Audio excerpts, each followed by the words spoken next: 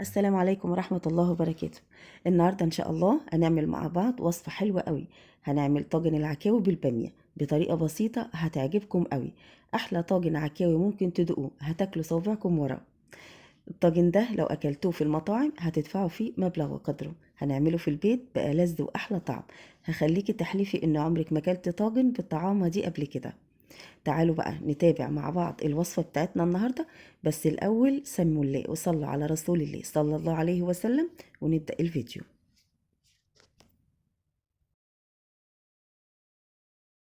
أول حاجة هنسمي الله ومعايا عكوة كاملة.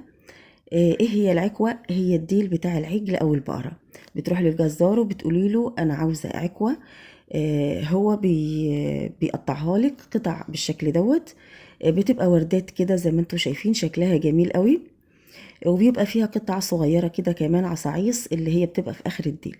اما اللي بتبقى في الاول فوق بتبقى وردات زي ما انتوا شايفين كده وكلها لحمه، وما بتستوي بتبقى طعمها في منتهى الجمال. طبعا حجم العجوه على حسب حجم العجل بتاعها، ممكن يبقى كبير ممكن يبقى صغير. تمام. بنغسلها غسله كويسه قوي، وبعدين بنحضر بقى على النار حله. حطيت فيها مكعب زبده او معلقتين سمنه. بعد كده بسيبهم لما يسخنوا، وبعدين بننزل فيهم بالعكاوي علشان نديها كده صدمة وتحتفظ بالسوائل جواها. وكمان التشويحة دي بتخلي طعمها حلو قوي، هي والشوربة، وكمان بتديها ريحة حلوة. حاجة ان احنا نعلي النار تكون عالية علشان اللحمة ما تنزلش ميتها وتحتفظ بالسوائل جواها. نفضل نقلب فيها كده لغاية لما تغير لونها للون البني. اول ما تغير لونها هضيف لها معلقة توم صغيرة تديها كده ريحة حلوة ونكهة جميلة وطعم جميل.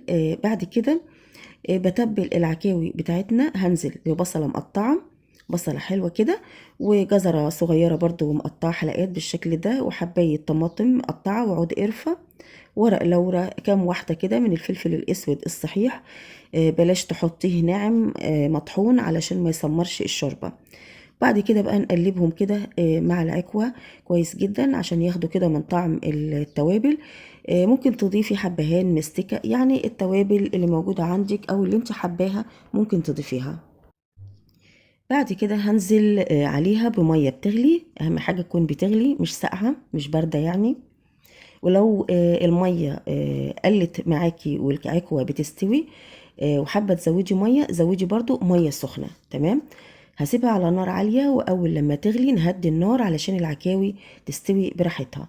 آخر حاجة هضيفها هي معلقة صغيرة سكر، بتساعد على تسريع تسوية العكاوي. كمان أنا بحب الكمون في الشوربة، فأنا هضيف رشة كمون صغيرة، لو مش حباها مش لازم تضيفيها خالص.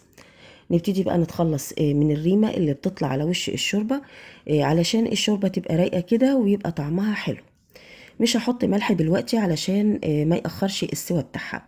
وأول ما تستوي 90% بنحط الملح بتاعها ونسيبها تكمل سواها.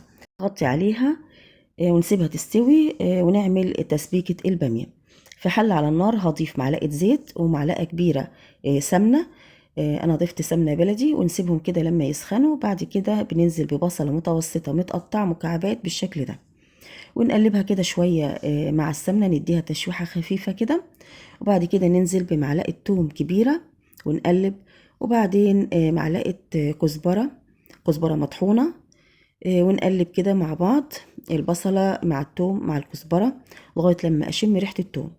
بعد كده هضيف نص كيلو عصير طماطم، وكمان هضيف معلقة صلصة صغيرة علشان تظبط اللون.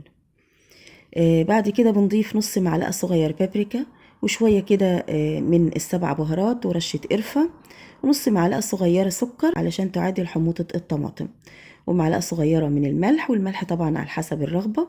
ونقلب بقى المكونات دي كده مع بعضها. بعد كده بقى هنغطي عليها ونسيبها لما تتسبك. حطيت بقى طاسة على النار، حطيت فيها معلقة سمنة كبيرة تسخن، وعندي نص كيلو بامية متفرزة، أنا مفرزاها في البيت. هنزل بيها على السمنة وهنقلب، وهضيف معاها فلفل كده أحمر وأخضر، يعني نص قرن ده من نص ونص قرن من اللون التاني أحمر وأخضر. حاجة بسيطة كده مش كتير علشان تديني كده طعم حلو كده جميل للبامية. بعمل تشويحة البامية دي أو بدي صدمة للبامية علشان ما يبقاش ليها عرق، ما بحبش البامية يكون ليها عرق كده أو مطة. وكمان التشويحة دي بتدي التشويحة مع البامية مع الفلفل بتدي كده طعم حلو للبامية. كده عندي التسبيكة بقت جاهزة معايا اهي، اتسبكت. هضيف عليها البامية المتشوحة وهقلبها كده مع التسبيكة بالشكل ده. وبعد كده هضيف عليها كوباية مية او شوربة اللي انت حباه. انا بحب اضيف مية لان بحس ان الشوربة بتبيض الصلصة، فانا بضيف مية. كده كده احنا بنحط العكوة في البامية فبتشرب من طعمها برضو وبتنزل الطعم بتاعها في قلب الطاجن البامية. تمام. حابة تضيفي شوربة ضيفي شوربة مفيش مشكلة. هضيف لها بقى الملح بتاعها، طبعا الملح على حسب برضو الرغبة. بعد كده هنغطي على البامية علشان تستوي.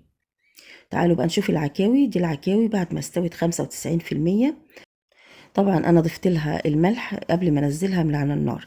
يعني لما كانت سواها 90% ضفت لها الملح وسبتها مثلا ايه قد 10 دقايق كده كمان علشان تاخد من طعم الملح، تغلي كده مع بعضها تاخد طعم الملح. تمام. دي الشوربة شايفين شكلها حاجة كده في منتهى الجمال، لونها وطعمها تحفة، تتشرب كده يعني ما شاء الله تفتح النفس. نجيب بقى الطاجن بتاعنا ونرص فيه العكاوي الحلوة دي زي ما انتوا شايفين كده. بعد كده ننزل عليها بالبامية. بنطلع بس العكاوي لفوق كده علشان يعني تتحمر كده وتاخد لون، ونحاول نسقط البامية لتحت. لو الطاجن بقى محتاج سوائل بتزودي شوية شوربة، لكن انا الطاجن مش محتاج سوائل. يعني البامية ما شاء الله فيها السوائل بتاعتها.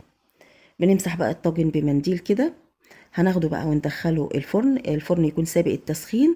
هحطه على تاني رف على درجة حرارة عالية، يعني مش أقل مثلا من 220 أعلى درجة علشان تغلي معاكي بسرعة. وأول ما تغلي بنشغل لها بقى الشواية تاخد لون كده من فوق. بصوا ما شاء الله اللهم بارك، طاجن عظمة يعني في منتهى الجمال. اللي مش هيجرب الطاجن ده بصراحة فايته كتير. طعمه ما يتوصفش. البامية كده تتاكل أكل الواحد يعني بالمعلقة كده، لا محتاجة عيش ولا رز ولا أي حاجة. طعمها في منتهى الجمال. بصراحة من حلاوة الطاجن ده مش هتبطلوا تعملوه.